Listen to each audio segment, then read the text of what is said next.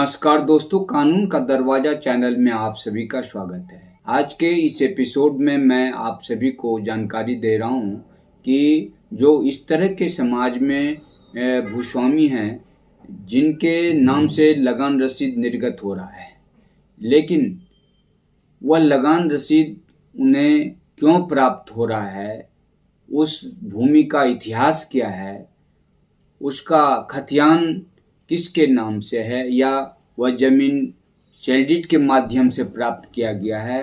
तो इस तरह भूमि का इतिहास की जानकारी उनके पास में नहीं है, न ही अधिकार से संबंधित कोई कागजात है। उनके पूर्वजों ने वह जमीन किस प्रकार से खरीद किया या फिर उनके पास कैसे आया, इस बात की उनको कोई जानकारी नहीं है, न ही कोई कागजात उपलब्ध है। केवल इतना ही है कि उनके नाम से लगान रसीद निर्गत हो रहा है। कोई कोई ऐसे भूस्वामी हैं कि लगान रसीद उनके नाम से ऑब्टेन हो रहा है, लेकिन उस जमीन का खतियान किसी और व्यक्ति को शो कर रहा है कि किसी अन्य व्यक्ति का है। भूस्वामी कोई और है, खतियानी रैयत कोई और है, उनके पूर्वज नहीं है, बल्कि दूर दूर तक उनका कहीं कोई रिश्ता उनके साथ में नहीं है।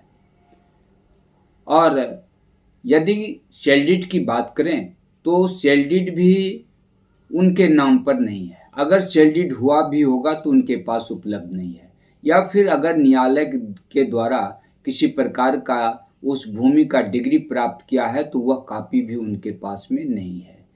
तो इस तरह के जो भूस्वामी हैं, तो उन्हें मैं यह कहना चाहूँगा, सलाह देना चाहूँगा कि ये जो नया सर्वे हो रहा है, तो इस सर्वे में आपको सर्वे अधिकारी द्वारा जमीन के अधिकार से संबंधित कागजात का डिमांड किया जाएगा। यदि आप संबंधित दस्तावेज सर्वे अधिकारी को नहीं देते हैं तो फिर आपके नाम से सर्वे होना कठिन हो जाएगा, आपके नाम से खतियान बनना कठिन हो जाएगा और वह कोई और परिणाम घोषित कर सकता है, अर्थात बिना कागजात के आपके जमीन को फर्जी घोषित कर सकता है, आपको फर्जी भूस्वामी घोषित कर सकता है।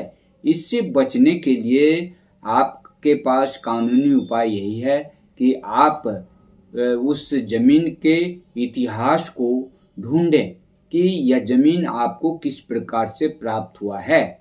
और यदि ऐसा नहीं है तो आपके पास में जो जमीन का जमाबंदी है और आपका बरसों से पोजीशन है और कोई भी व्यक्ति इसका विरोध भी नहीं कर रहा है, तो इस तरह है, अगर आपको कागजात उपलब्ध नहीं हो रहा है, कोई इतिहास की जानकारी नहीं है, तो आप न्यायालय में एडवर्स पोजीशन का केस करके डिग्री प्राप्त करें। तो दोस्तों, आज के इस एपिसोड में कानूनी सलाह के रूप में बस इतना ही, और फिर अगले कानूनी वीडियो का आप इंतज़ार करें।